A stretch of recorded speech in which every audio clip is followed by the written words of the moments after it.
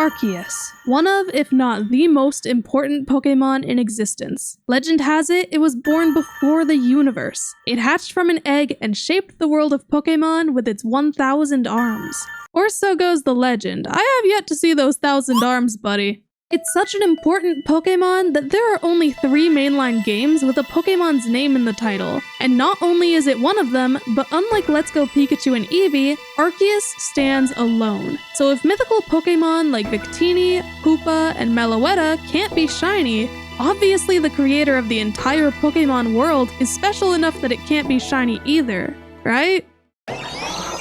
That's where you'd be wrong.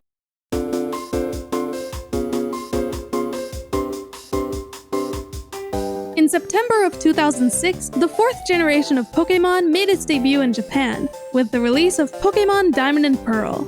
With these games being the first mainline Pokemon games on the Nintendo DS, Diamond and Pearl made good use of the new hardware, with the Poketch Watch being a fun tool for the touchscreen, the PAL Park using the GBA slot of the DS as an easy way to transfer Pokemon from Gen 3 to Gen 4, and of course, online battles and trades. The Pokemon world was more connected than ever before.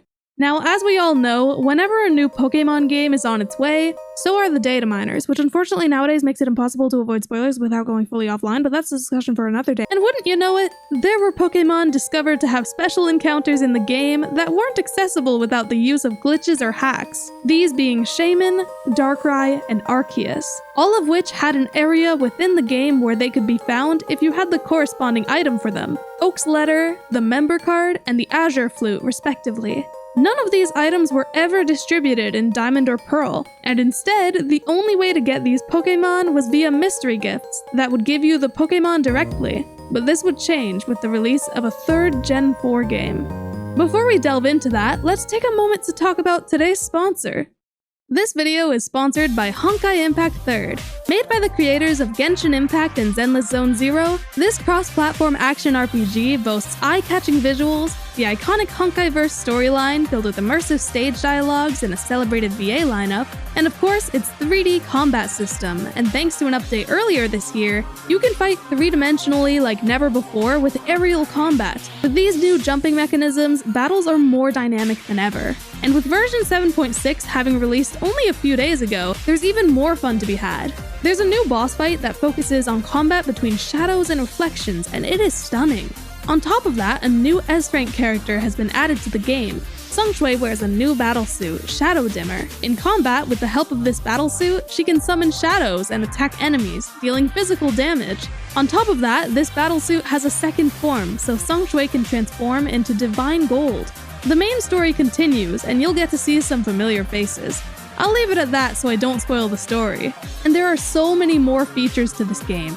By joining the version event, you can get a new outfit and even Hersher of Human Ego for free. Right now, you can get 50% off the first 10 pulls of Seungshui's banner, and with the code SHADOWSHOW, you can get a Seungshui trial card and 2,888 Asterite. So check out Honkai Impact 3rd, available on PC, Mac, and mobile, by using my link in the description. Thank you again to Honkai Impact 3rd for sponsoring this video. Now let's get back to it.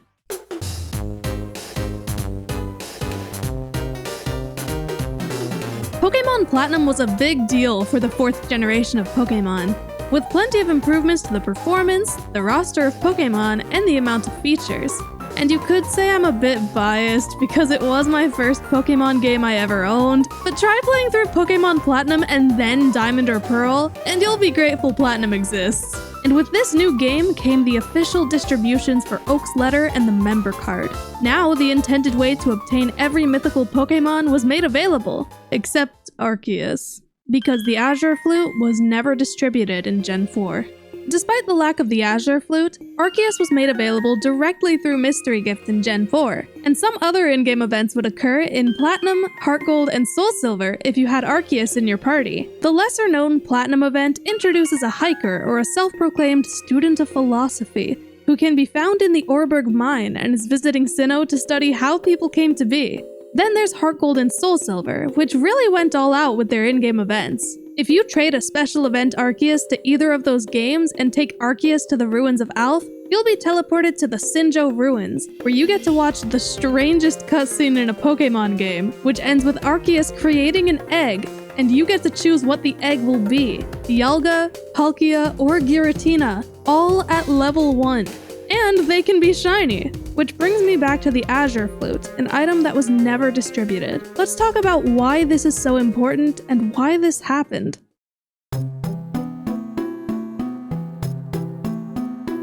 Nowadays, most mystery gift events consist of you receiving a Pokemon directly from the mailman, or it's just automatically placed in your party or PC.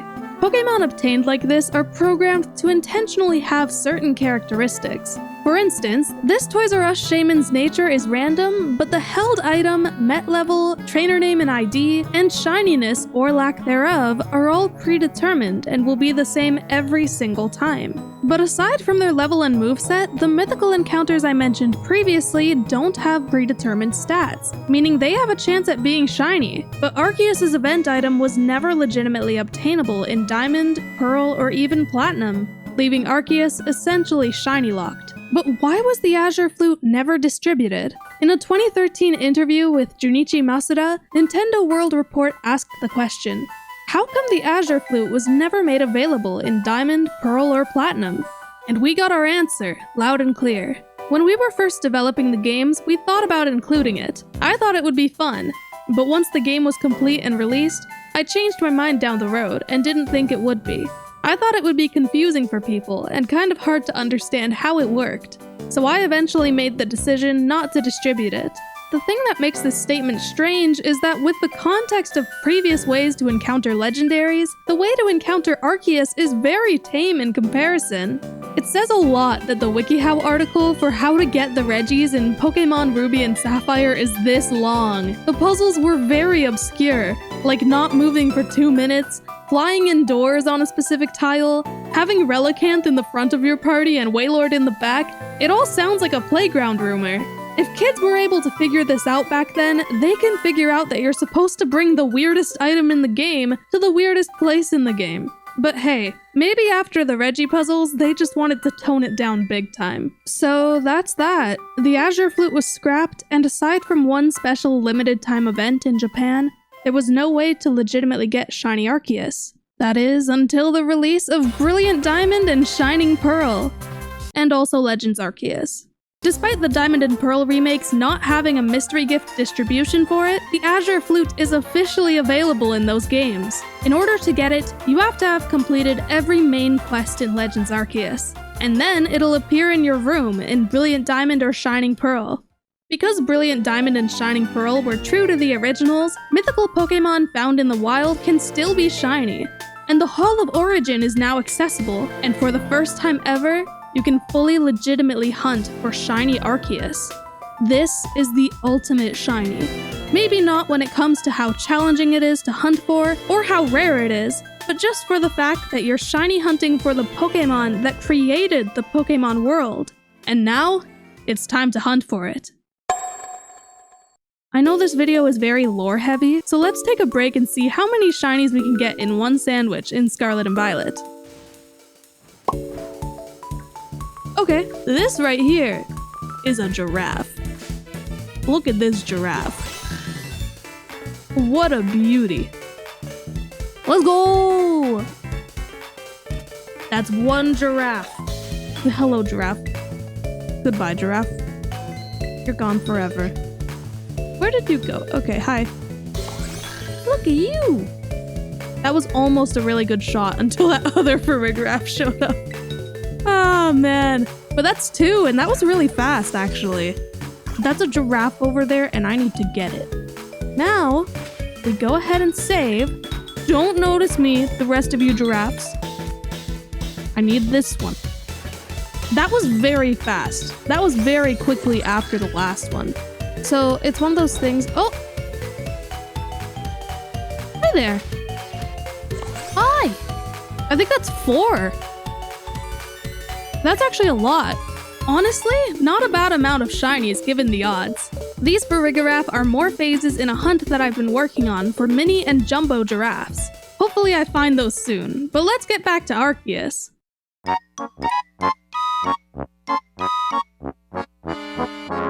started off with 1 copy of Brilliant Diamond, but unlike the Shaman hunt I did previously, Arceus is a pain to hunt for. Technically you can do runaways, but is it worth it? No.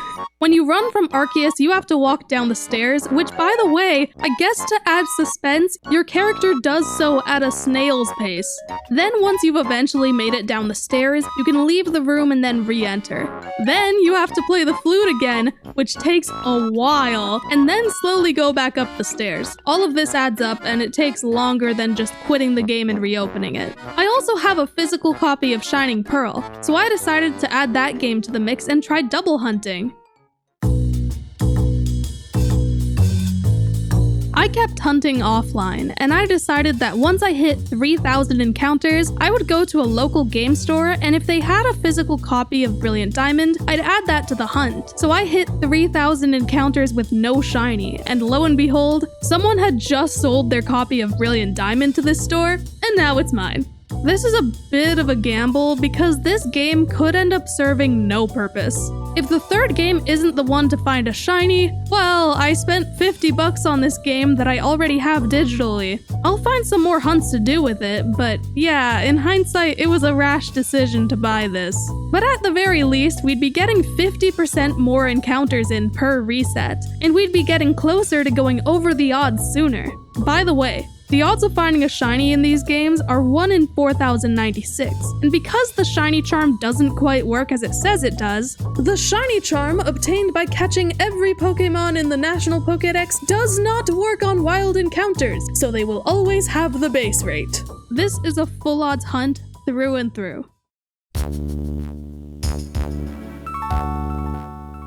I only started counting encounters near the end of last year, and every shiny that I had encountered with this counter on was under odds. Wooper at 775, Shaman at 2967, and Hoot Hoot at 436.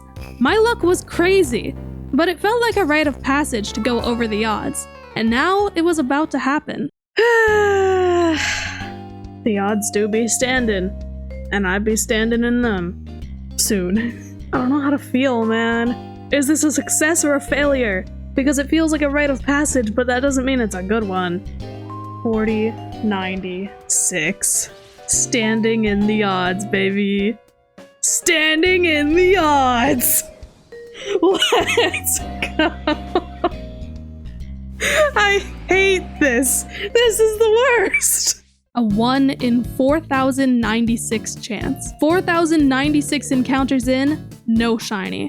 And it felt amazing. I felt that I needed to prove to myself that I can do full odds hunts. I can go over odds and keep going until I get what I came here for. I'm sure I've done over odds hunts in the past, but this is the first time that I knew I had without a doubt gone over odds. While I would have loved to lock in and get lots of encounters done, I decided to take a break from the hunt to focus on getting the Shaman video done. I ended up staying up really late the night before the Shaman video uploaded, so I was exhausted the next day. And I usually let myself relax and have a day away from editing, recording, and shiny hunting on upload day, but despite being really tired, I felt pretty motivated and had the feeling that this was the day Arceus would shine.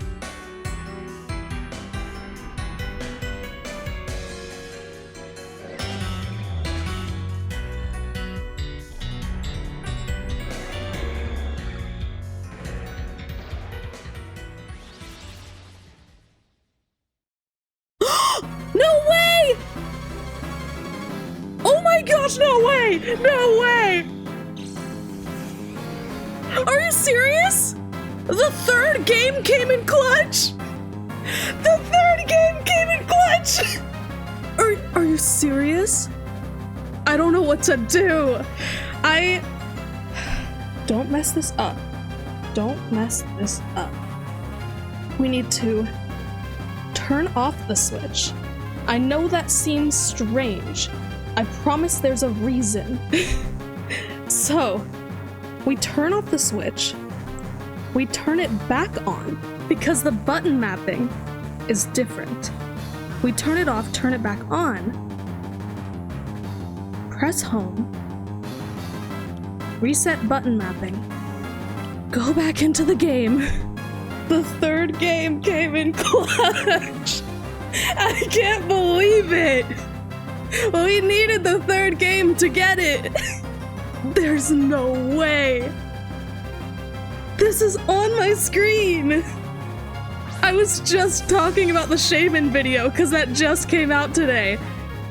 Shiny Arceus! Oh my gosh! There's no heckin' way. I guess we gotta show it off. Okay. I was kind of expecting you to not be the height of a child. This is... You know? Why are you so small? Oh, you've got a goofy expression? Ah, yes. Regular Starly. Shiny Arceus. Wow. That's crazy. Shiny Arceus. And this time, it's not mini. It is in fact massive. It does not fit on the screen. There you go. Look at that. I am the size of its leg. Hi. It looks down upon me so harshly as well. Let's be Arceus.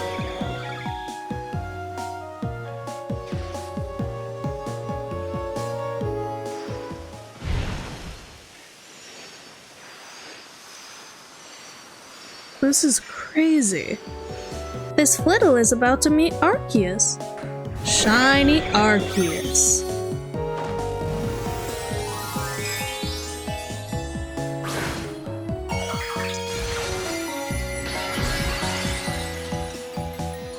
Wow.